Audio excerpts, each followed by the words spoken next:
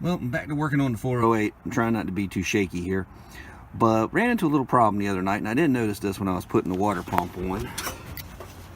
But the outlet is touching the balancer. So I got to pull the water pump back off, get a new water pump kit that has an offset neck on it, and put the water outlet out this way to take care of this problem. Now I've already got the pump in there. I just got to go get it, and we'll see what we can do about moving forward from here. But this is going to be a bit aggravating because I got to take this thing back apart and I got to make gaskets again. But I won't bore you with all those details. But just one of those little things to look out for, because my balancer is smaller than this one, my usual balancer, and I didn't even think about it. And it's not quite touching, but the hose won't go on it. And if the hose would go on, it would still rub through the hose. Anyway, that's where we're at on this, and I'm getting ready to put torque converter bolts in, put the headers back on. I'll do a little filming on that and maybe get a little video put together out of it. Anyway, I'll be back in a bit. Don't let the unforeseen get you down. Make adjustments and move on. It's all part of the process. So we're back to making progress on the 408 project and ran into a problem. This water outlet is a little bit big for the balancer that's on this motor, which is a larger diameter than the balancer I typically use on my Windsors. So when I was putting it on, it didn't make contact, but it did get real close and I couldn't put the hose on, which is a tight fit anyway. But I did some checking, and since I brought this pump 7 years ago, they've made an upgrade to it, and it comes with this adapter which moves the outlet farther out and gives you more room around the balancer. So I'm going to go ahead and put another water pump on it using this outlet, and that'll free up some more clearance, just make it easier. It's a better installation this way. This was good at the time, but there's been improvements made, and I'll use this pump on the other motor again. But on this motor, I'm going to go ahead and put a new pump on it, which I had here for another little project that I'm working on, and I'll just get another pump for that later, save a little money for right now, and move forward from there. Okay, so here we go. So the first thing you have to do is put this plug in the side you're not using. Depends on whether you have passenger side or driver's side upper outlet going to the engine outlet. I have passenger side. So my driver's side is the lower, so I'm going to put this on this side and plug this side. Now, before we do that, I'm going to take the same sealer that I sealed up most of the rest of the project with, and I'm going to put a good coating on these threads.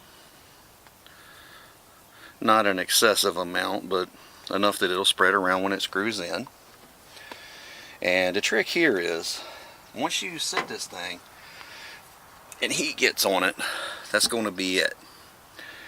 So you got to kind of watch your thread angle here. And don't let the body of the pump fool you.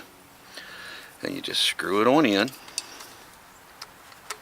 And what I usually do is Gorilla tight it with my hand. Now it does have holes in the end of it for a spanner wrench. I unfortunately do not have one of those.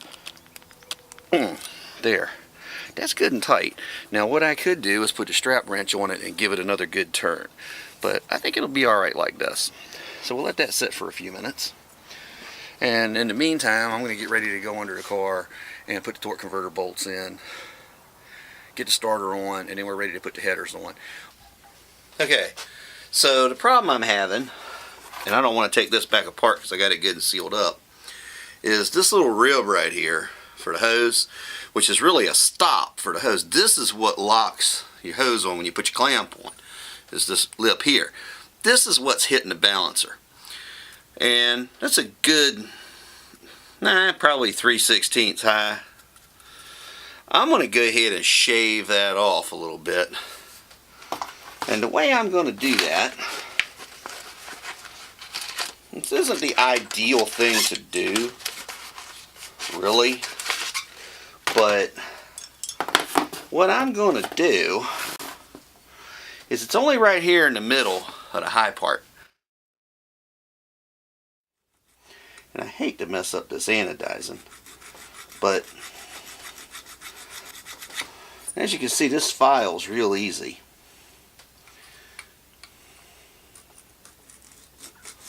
is I'm going to shave down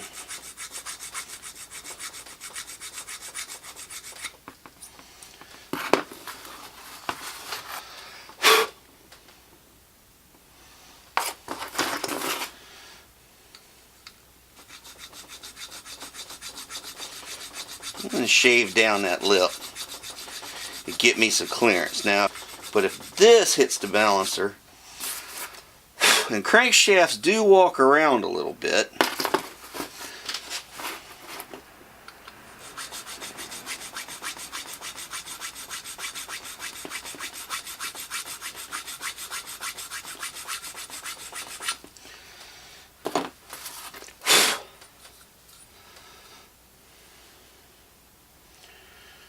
alright, now I really don't need to cut it that far. But anyway, that'll give me a starting and a stopping point.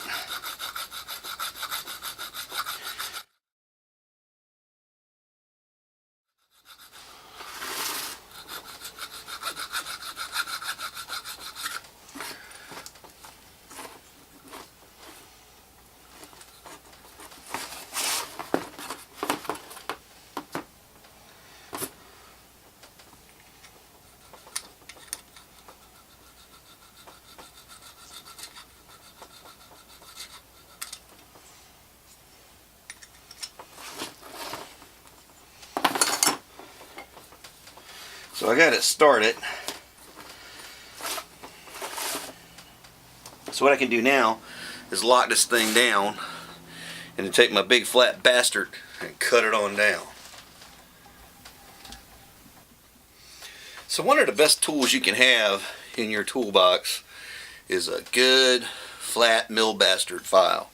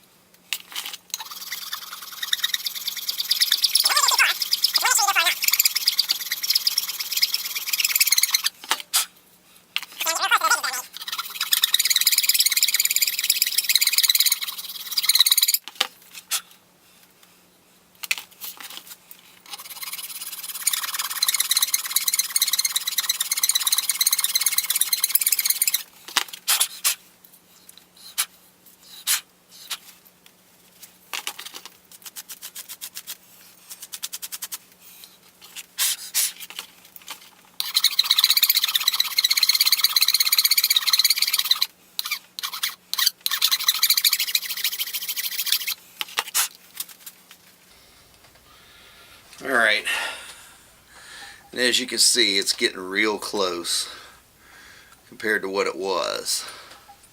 And I just got to very carefully nib that on down. And that's when we go back to the fine files.